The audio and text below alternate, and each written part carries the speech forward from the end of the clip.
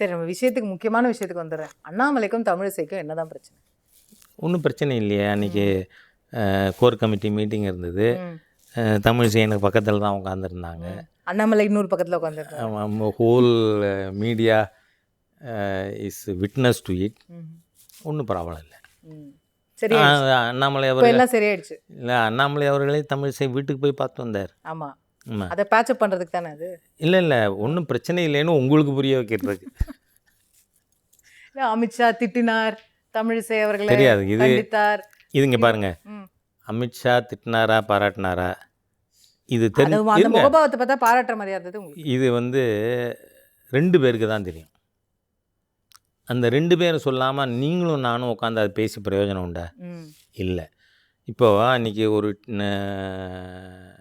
YouTube சேனலில் ஒருத்தர் சொல்கிறார், இங்கே பாருமா, உடம்பை கவனிச்சுக்கணும், நீ தேர்தல்லேருந்தே நீ உடம்பு சரியாக கவனிச்சிக்க மாட்டேங்கிற அப்படின்னு சொன்னார். அதுக்கு இந்த அம்மா சரி அப்படிலாம் இல்லைங்க, நாங்கள் கவனிச்சிக்கிறேன் அப்படின்னு இவங்க சொன்னாங்க அப்படின்னா அந்த பாடி லாங்குவேஜுக்கு கருத்து சொல்லியிருக்காரு. அப்படியும் ஒரு டப்பிங் பண்ணலாம். அதனால் அதுவாகவும் இருக்கலாம் இல்லையா? ஸோ அண்ணாமலை எதிர்த்து பேசினதுக்காக இல்லை. நீ பாருங்கம்மா, எப்படியோ அவங்க இந்த மாதிரி கருத்து வெளியில் பேசப்படாதுன்னு நான் ஃபீல் பண்ணுறேனோ.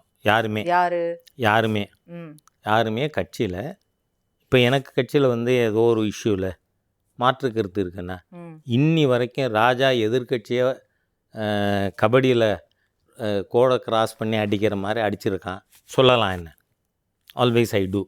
ஆனால் இன்னி வரைக்கும் என்றைக்காவது பார்ட்டிக்குள்ளே அவர் கருத்து சொந்த கருத்து கட்சி கருத்து இல்லைன்னு கூட நான் சொன்னதில்லை. யாரை பற்றி உங்கள் கருத்தை நிறைய பேர் சொல்லியிருக்காங்க. இருக்கலாம், ராஜா அவர்கள் கருத்து சொந்த கருத்துன்னு நிறைய பேர் சொல்லியிருக்காங்க. நான் அதுதான் அப்போவே சொல்லியிருக்கேன், நான் என் கருத்து தொண்டர் கருத்து. அதனால் நான் இதெல்லாம் கட்சிக்குள்ளே பேச வேண்டியது, வெளியே பேச வேண்டியதில்லை. அதனால் நானே பேச மாட்டேன். பட் இந்த கூட்டணி வைக்கிறதா இல்லையா, இந்த மாதிரி இஷ்யூஸில் நீங்கள் எப்படி அதிமுகக்குள்ள ஒரு சர்னிங் இருக்குன்னு சொல்கிறீங்களோ, தமிழ்நாடு பிஜேபிலையும் இருக்கோ? அண்ணாமலை குரூப், அண்ணாமலை எதிர்க்கிற குரூப் அப்படிலாம் இங்கே அப்படியே எடுத்துக்க வேணாம். தனியாக போனோமா கூட்டணி போனோமான்னு கருத்து இருக்கா அப்படின்னு கூட அதை கொஞ்சம் நாசுக்காக வைக்கலாம். ஆனால் அதுக்கு கூட நான் வெளியில் டிஸ்கஸ் பண்ண மாட்டேன். It should be discussed within the forum. அதுக்கு வெளியில் நான் தந்தி டிவிட்ட இது பேசுகிறதுனால தீர்வு வருமா? வராது. பிரச்சனை வேணாம், I will not do it. இல்லை, பட் குறிப்பாக அண்ணாமலை அவர்கள் அவர் ஒரு வார் ரூம் வச்சுருக்காரு. இதெல்லாம் உங்கள் கட்சிக்காரர்களே சொல்கிற குற்றச்சாட்டு, அதனால் கேட்குறேன். வார் ரூம் வச்சுருக்காரு, கட்சியோட சீனியர் லீடர்ஸே அவங்க சமூக வலைத்தளங்களில் தவறாக பேசுகிறாங்க, வைக்கிறாங்க. இந்த மாதிரிலாம் பிஜேபிக்குள்ளேயே நடக்குது. இதெல்லாம் நாகரிகமாகவே இல்லை. நான் இதுக்கு ஏற்கனவே ஒரு தரம் பதில் சொல்லியிருக்கேன், maybe with some other media. இன்றைக்கி தமிழ்நாடு பிஜேபியில் இருக்கிற the senior most person H Raja தான். கண்டிப்பாக எனக்கு எந்த ஃபீலிங்கும் இல்லையே. என்ன வார் ரூம் இன்னும் டார்கெட் அந்த மாதிரி என்னை யாரும் டார்கெட் பண்ணவே மாட்டாங்க. நான் சொல்கிறேன், அது யாராக இருந்தாலும் I don't know what is war room.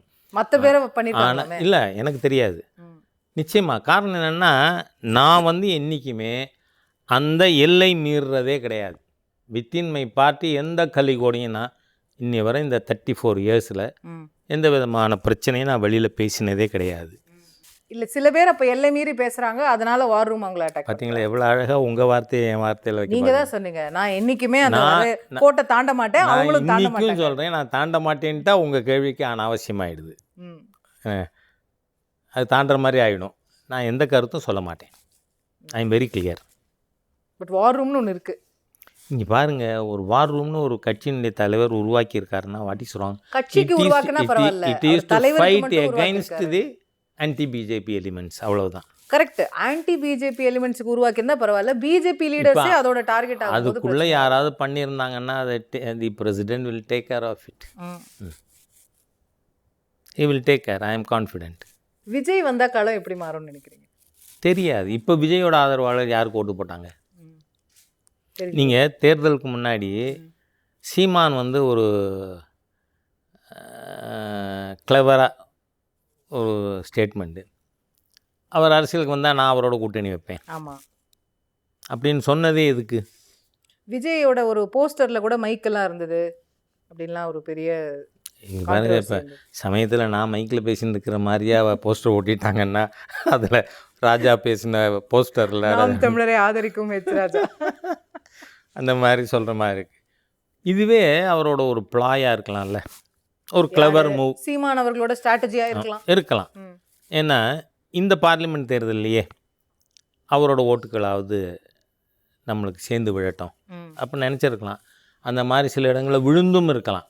I don't know. ஏன்னா அஃபீஷியலாக அவர் வந்து நான் பார்லிமெண்ட் தேர்தலில் பங்கு கொள்ளலை, அசெம்பிளி தேர்தலாம் பங்கு கொள்ள போகிறேன்னு சொல்லியிருக்காரு. அப்போ இந்த தடவை அது யாருக்கு விழுந்து? நிச்சயமாக திமுகவுக்கு விழுந்திருக்காது. ஏன்னா 6% ஓட்டு குறைஞ்சிருக்கு. என்ன ஏடிஎம்கேக்கும் இன்க்ரீஸ் ஆகலை, அதுக்கும் விழுந்திருக்காது சொல்லலாம். உங்களுக்கு வந்திருக்குன்றீங்க. விழுந்திருக்கலாம், தெரியாது. ஆனால் சீமானுக்கு போயிருக்கலாம். இப்போ 2 ஆப்ஷன் தான் இருக்குது. ஒன்று உங்களுக்கு வந்திருக்கலாம், இல்லை சீமான் அவர்களுக்கு போயிருக்கலாம்னா, விஜய் தனியாக களம் கண்டு அவர் கேண்டிடேட் போட்டு நிற்கும் போது உங்களுக்கும் சீமான் அவர்களுக்கும் தானே பாதிப்பு. இல்லை, எனக்கு தெரியாது. அதிகமாக சீமானுக்கு போயிருந்திருக்கலாம் ஏற்கனவே. காரணம் சீமானோட ஸ்டேட்மெண்ட். அதுக்காக தான் நான் அதை சொல்கிறேன். ஈ கிளவர்லி மேட் ஒன் ஸ்டேட்மெண்ட். அதை later on Vijay has rejected it. அந்த கூட்டணியை அவர் ஏற்றுக்கலை. அதனால் என்ன நடக்கிறதுங்கிறத எதிர்காலம் தான் சொல்ல முடியும். இப்போ நம்ம சொல்ல முடியாது. எவ்வளோ ஓட்டு இருக்குன்னு can you quantify it now? உங்களால் குவான்டிஃபை பண்ண முடியல. அதான் உங்கள் கருத்து தான் கேட்குறேன். என்னால் தெரியும், எனக்கு தெரியாது. அதனால் எனக்கும் புரியலை. ஸோ நம்ம 2 பேருக்குமே தெரியாத விஷயத்த நம்ம டிஸ்கஸ் பண்ணியும் பிரயோஜனம் இல்லை.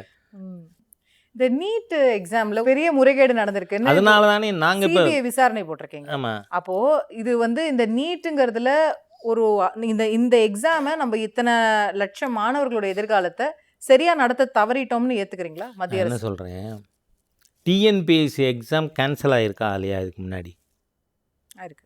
அதில் தேர்வு செஞ்சு லஞ்சம் வாங்கி அப்பாயின்மெண்ட்ஸ் ஆகிருக்குன்னு குற்றச்சாட்டு உண்டா இல்லையா? உண்டு. டிஎன்பிஎஸ்சியை கழிச்சுட்டான்னு நான் கலைக்க சொல்லலையே. பட் அதில் தவறு இருக்குன்றதை எப்படி நீங்கள் குற்றம் பாருங்க. Government has accepted it. HRD minister அதுக்கான சிபிஐ உத்தரவுக்கு ஆர்டர் பண்ணியிருக்கார். அதனுடைய இன்வெஸ்டிகேஷன் ரிப்போர்ட் வரட்டும்.